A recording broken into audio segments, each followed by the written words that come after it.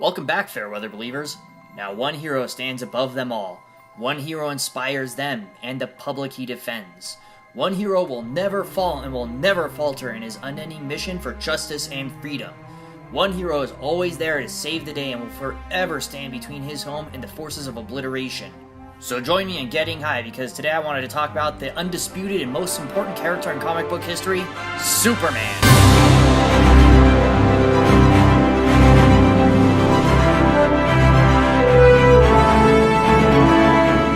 Debuting all the way back in 1938, Superman fully realized a concept we would today immediately recognize as the superhero. And since his debut, he has maintained his popularity and is enshrined as the greatest of all superheroes as the ideal. Now, he's had some changes throughout the years. Originally, he was only as powerful as a steam locomotive, faster than a speeding bullet, and could leap tall buildings in a single bound. Now he flies across the universe under his own power at terrifying speeds and can shatter planets with his fists. Been eating his oatmeal, I guess. Unfortunately, I feel some people place too much emphasis on these powers. See, the real draw on Superman is... Hold up a minute. I freaking told her I was doing my... One moment, guys. Now I'm gonna have to edit this freaking part out. No, You are fucking joking me! First off, Superman is not lame and he's not weak to magic. Oh, this again. You know what? Well, fucking screw it. I'm not fixing the recorder, I'm just gonna fix that. Alright, let's do this. Superman is not weak to magic. There you go. Should be pretty easy to understand, but for some bizarre reason, some people find it hard. Pretty sure this stupid misconception comes from people's lack of higher reasoning and, just general understanding. But here we go. Let me lay it out. Superman possesses the same vulnerability to magic anybody possesses, barring those with magical resistance, obviously. The same way you and I are vulnerable to MRSA or the frickin' clap. You remember how I was talking about how Superman has all these powers? Well, he's had quite a few more, and they used to be extremely stupidly powerful. So dang powerful that writers started to have issues just writing him. And unless you were made of kryptonite, or a multi-dimensional god imp, Darkseid, or a gigantic gorilla who shoots kryptonite out of your eyes, Superman didn't really have much of a problem with you. Enter when storytellers have to challenge Superman in different ways. Be it romantic, choice-driven, moral, or in just some stupid cases, just outside his damn wheelhouse. Enter magic. An interesting little tidbit because Superman has no specific resistance to it. Emphasis, resistance. And it's really important that you drink in that last word. Why? Because Superman's powers revolve around his physical resistances. Magic isn't in the realm of physics, and so guess what? Superman has no defense against it naturally. You know who else operates in the physical and has no defense against magic? Batman. But do you see magic plastered next to his name for weaknesses? No, of course not. Doesn't matter, he has the same fucking resistance, but Superman is special, I guess. And look, I almost get it. Magic is this weird little thing that affects Superman in a way we're narratively not used to seeing. Bullets? Bounce right off of him. Fire? Ha! Nuclear weapons? Barely a nuisance.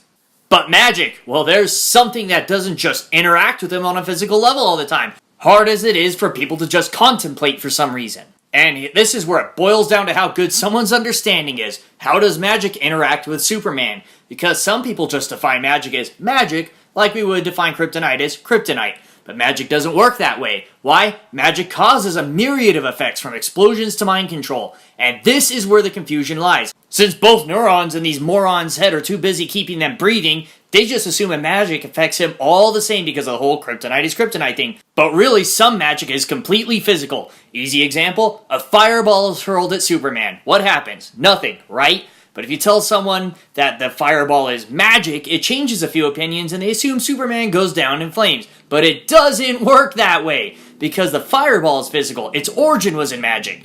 The magic created a fire to be hurled against Superman, and so it engages Superman on a physical level. Especially because it is fire, it has to be physical. Otherwise, it's apparently just going to burn Superman, but absolutely nothing else that doesn't have some sort of odd extra weakness to magic like some people think Superman has. But the only way you could really believe that is if you fail to completely understand how Superman's powers work. And God, I just really didn't want to talk about superpowers like this, but I guess here we fucking go.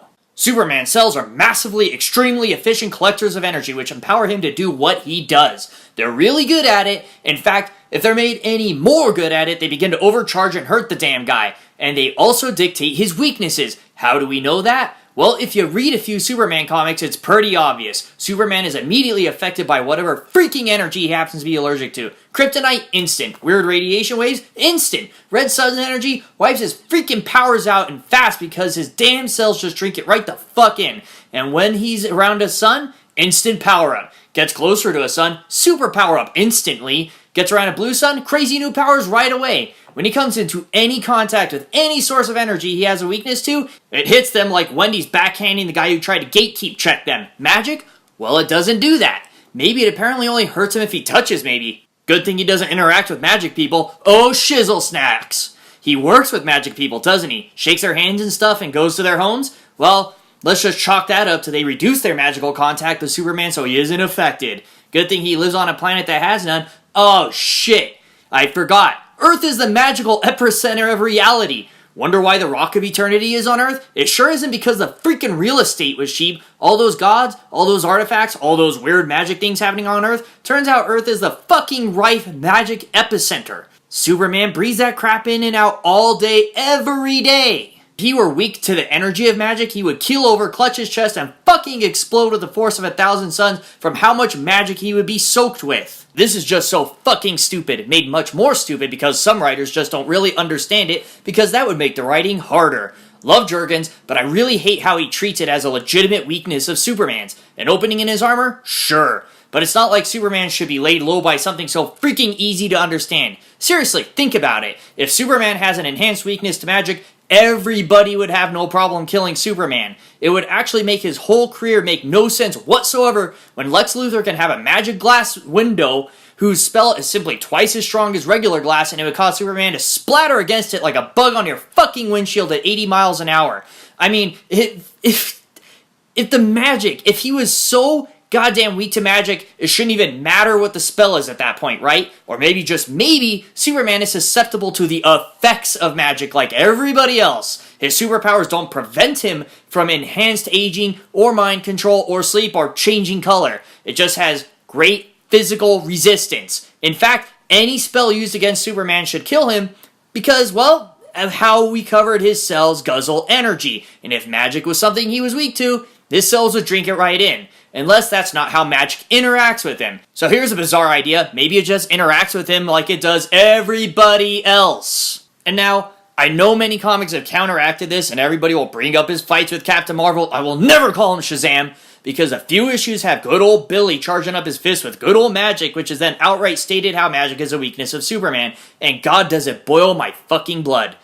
Especially when people bring up the freaking Eclipso fight or the Magic Punch fight. A fight that has Superman possessed and completely consumed by a super magic being. With that level of magic being inside of Superman, it should have left him dead by mere exposure. But no, we focus on how the magic lightning is what gets him. Barring the concept that Eclipso's power should shield Superman from magic, it's double stupid when Superman can just be hurt by electricity anyway. What? Don't believe me? He has a rogue named Livewire whose only power is electrocuting Superman. It's not like Superman has super electrical resistance. He conducts and resists electricity just like other people. His world never developed a resistance to it, though I guess maybe it should since his world did have electricity. Then again, if that's the excuse people are going for, then he should have all sorts of weird resistances he doesn't normally have. Loud sounds shouldn't get him. Hurt feelings shouldn't get him. Pheromones, red sun energy, etc. You know what his world didn't have? Bullets. But that's okay, those are physical and people can easily accept that. So for whatever fucking reason, everybody harps on the magic side of things. And what about that punch? Jesus! What could easily be explained as Captain Marvel cranking up his punch power with magic just means that the energy of magic weakens or outright allows Superman to be knocked out. It's so fucking stupid. So why? Why do I hate this? Because it flanderizes an actually super interesting aspect of a character to make sure it's easy for us simple folk to digest. I mean, if we had to think about how these things worked, it would hurt our soft little brains. Seriously, try to think about it. Batman is vulnerable to AIDS, but it's not listed as a weakness. Renee Montoya is vulnerable to the vacuum of space, but it's not listed as a weakness. Hell, most characters are vulnerable to the inevitable fucking march of time, but nobody has that as a weakness, except for Velocidad. So why does Superman get this one? Well, because we like things to be nice and easy for us. Don't want to think too hard, especially if you're one of those Battle Dome types. God, I hate this subject so fucking much. When I die, I'm having Superman isn't weak to magic engraved on my fucking tombstone. So goddamn worked up. All I want to do is talk about what makes fucking Superman great, but all I had to do was I had to complain about these morons. Fuck this. I guess I'll just do it next time. Thanks again, guys, for tuning in and joining in and all that jazz. Sorry if this one went a little long and a little whiny and all that jazz, but, that's how it is with comics.